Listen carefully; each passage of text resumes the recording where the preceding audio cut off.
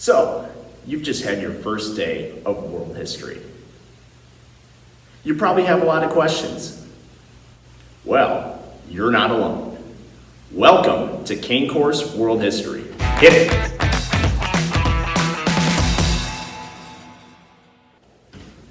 Alright, so there's probably two reasons why you stumbled across this channel. Either number one, you're a student in my freshman world history class, or number two, you're just a nerd who wants to know more about world history. Either way, that's great. Welcome to Cain Course. The goal of this is to walk step by step through the history of the world, the entire curriculum of my class. It's meant to be an extra resource to help you better understand the material we cover here, or to just give you some information that maybe you never learned about before. And as you're going to see throughout this entire school year, we're going to cover things from early ancient civilizations all the way up until World War II. Yet at the basis of all of this is an underlying theme about what history is and what it means for you and me in particular. I'm going to say this 100 times throughout the year. History is more than names and dates. It's a story of people. And more importantly, it's the story of people and their relationship with God.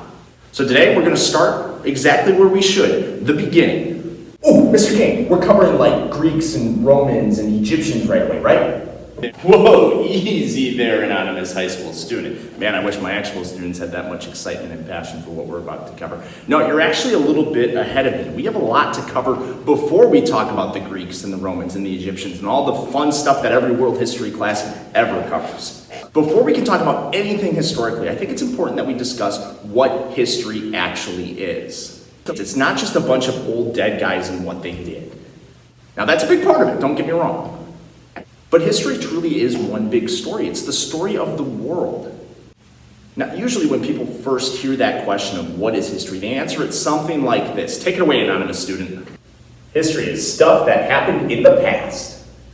I mean, you're not wrong, but you're not exactly right either. Good effort. Obviously, history is all the stuff that happened before this time now, before the present. How do we know what happened?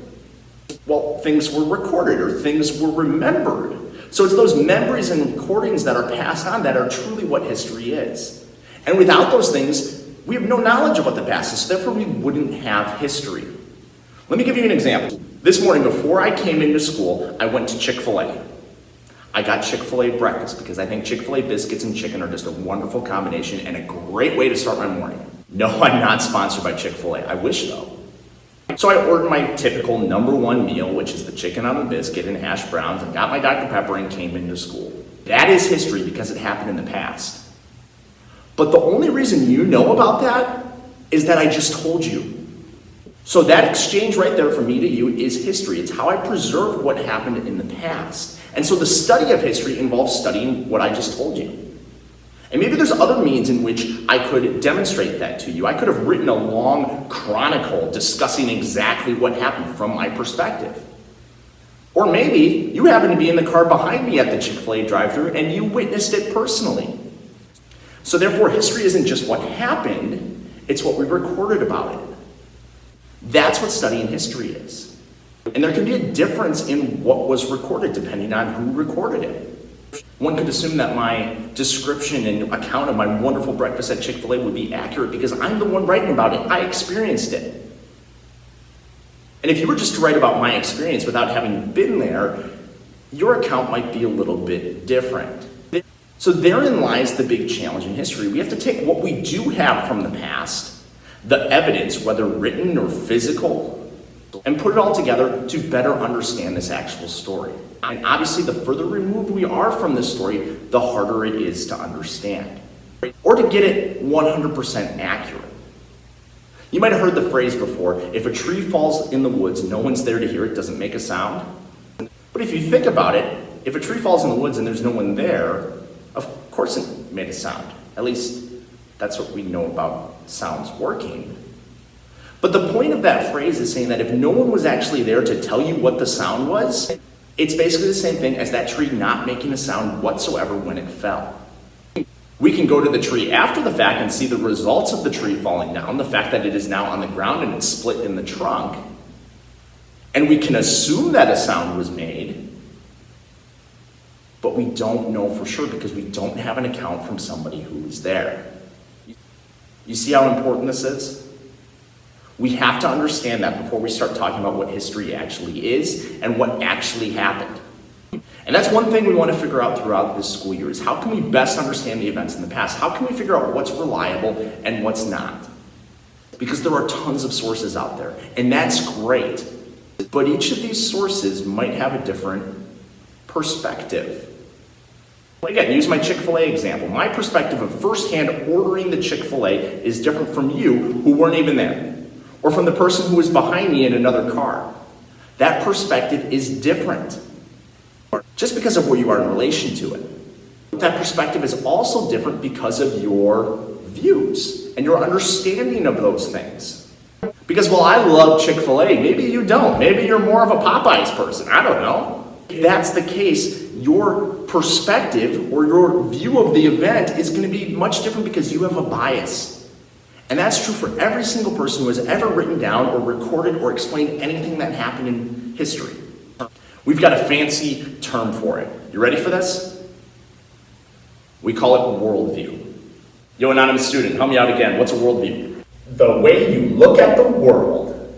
Again, not wrong, but not right. Yes, very simply, we could say that worldview is how you look at the world, but it's more than that.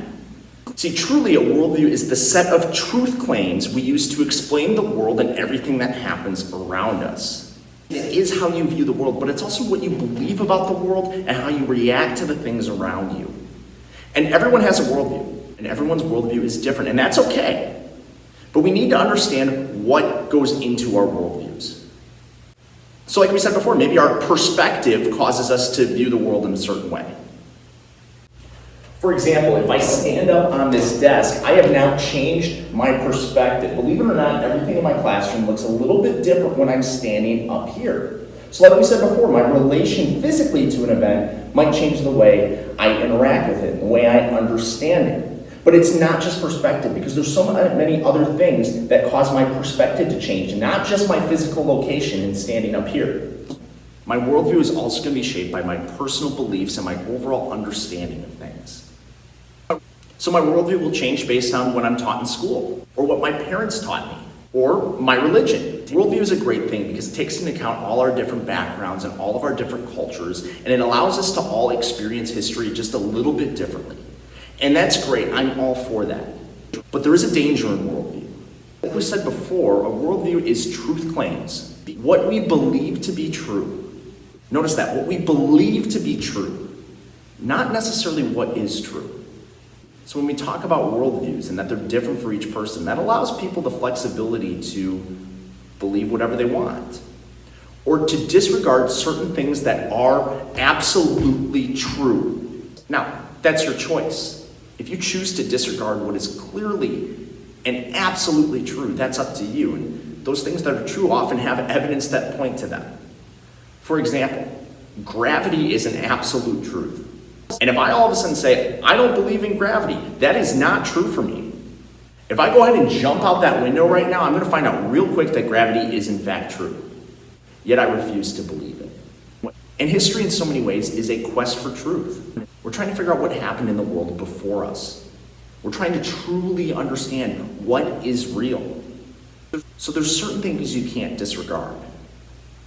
And that makes your worldview that much more important. So before we go in our study of history, which is going to be a fantastic journey through thousands of years, you got to figure out what your worldview is. I'm going to tell you right now what mine is. For me, my worldview comes down to one thing and one thing only. This book right here. My faith in Jesus Christ is the biggest part of my worldview. And that's my commitment to you throughout this entire course. I am going to teach from a Christian worldview. Because that's not only what I believe to be true, it's what I know to be true. Because all evidence points to that. I haven't seen enough to convince me otherwise. So yes, I believe in things like creation. And I believe that Jesus Christ came down and died for my sins and your sins and the entire sins of the world. And therefore, through my worldview, history is definitely more than names and dates. As we look at history through my worldview, I hope you look at it through yours. And I pray that that worldview is very similar to mine, but it might not be. Again, that's okay. But I'm going to do everything in my power to convince you of that truth. And throughout history, we're going to see so many different signs that point to our God and our Savior. It's an awesome story. But it's a pretty long one, so that's a story for another day. Thanks for watching. We'll see you next time.